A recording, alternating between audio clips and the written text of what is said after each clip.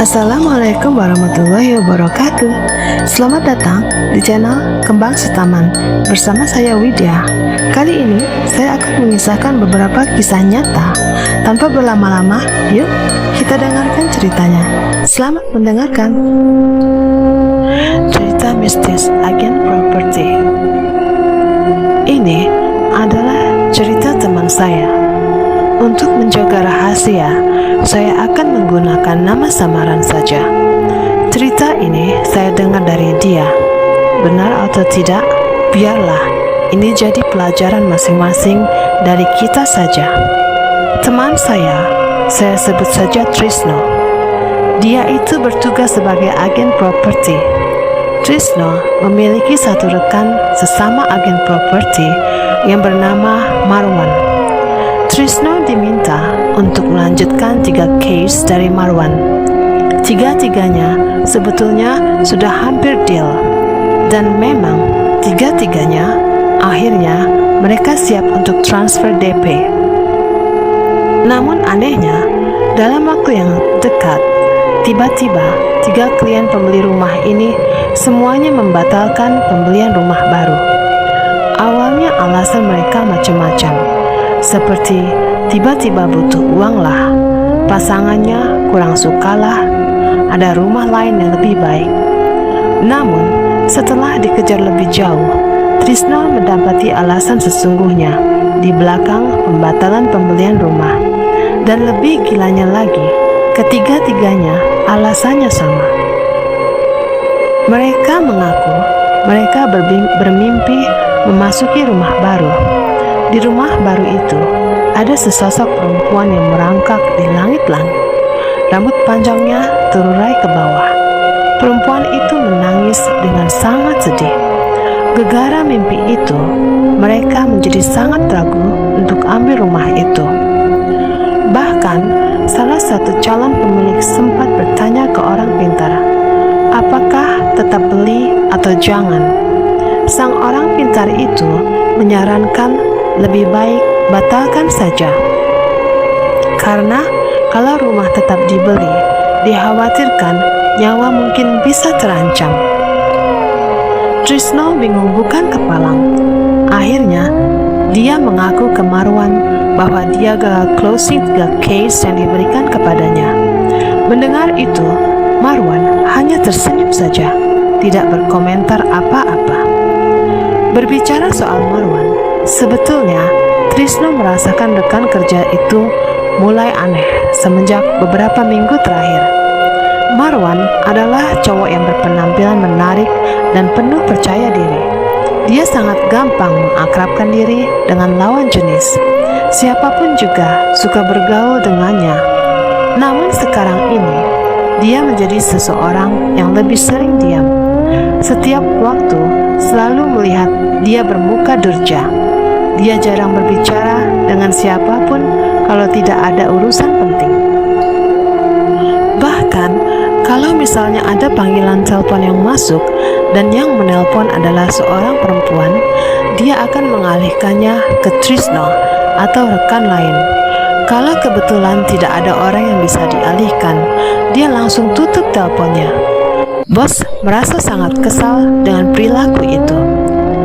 Kalau memang gak mau kerja, mending berhenti aja, marah bosnya. Namun, rekan-rekan satu tim sudah lama mengenalnya. Jadi, mereka mencoba mencari tahu apa penyebabnya. Mereka pun ajak makan-makan di satu hari. Setelah dibujuk rekan-rekannya dan juga mungkin efek beberapa gelas bir, tangisannya pun pecah. Dia pun mengaku kalau istrinya meninggal. Rekan-rekan akhirnya baru ngeh. Mereka mencoba menghiburnya, tetapi tangisnya malah menjadi-jadi. Acara makan-makan selesai. Mereka pun pulang. Melihat emosi Marwan yang tidak stabil dan juga sedang mabuk, Trisno berinisiatif memesan taksi untuk mengantar Marwan pulang ke rumahnya. Di dalam taksi, Marwan meringis kesakitan memegang bahunya. Trisno mencoba membantu melihat dari balik baju dan sangat terkejut. Walaupun di dalam mobil kondisinya gelap, tetapi Trisno bisa melihat luka segar di bahu Marwan.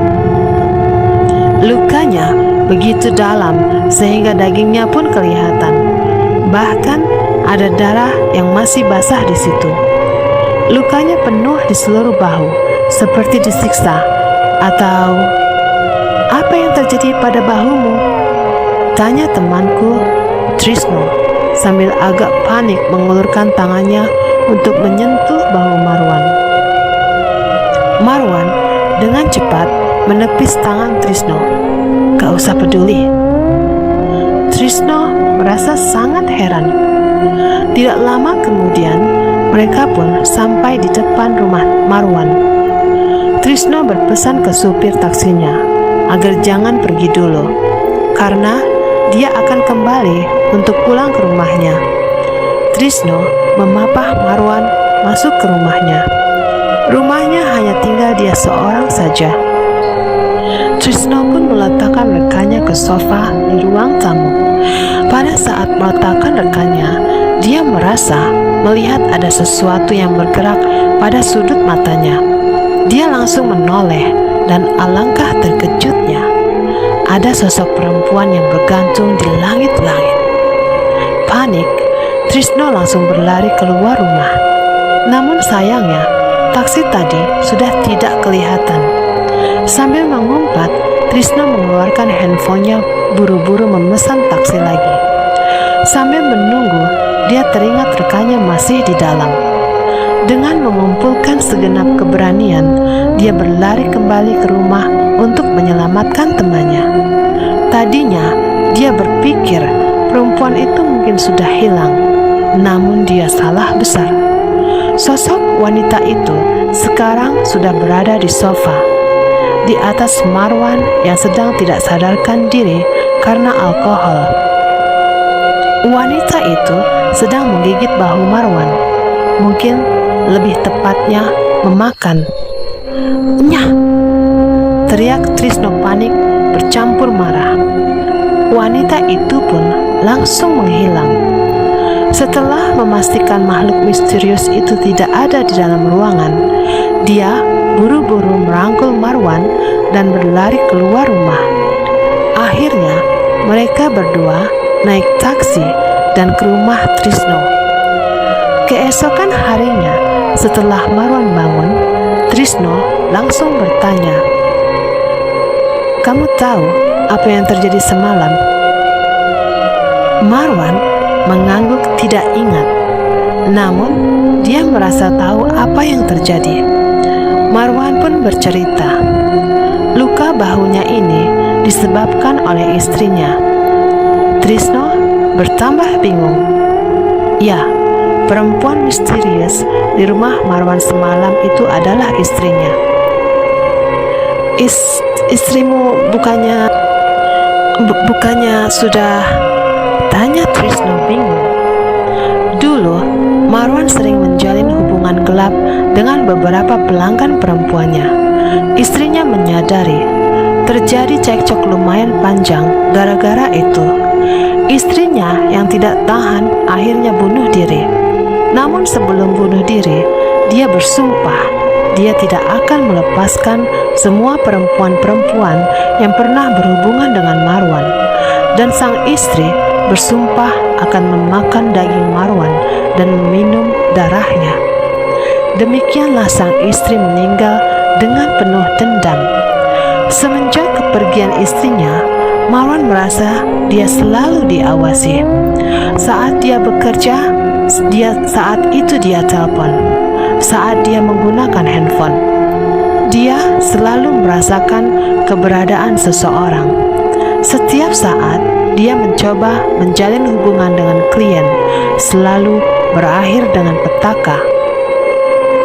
Trisno mendengar cerita itu, akhirnya mengajak dia berkonsultasi dengan kenalan yang dia anggap paham hal-hal begini.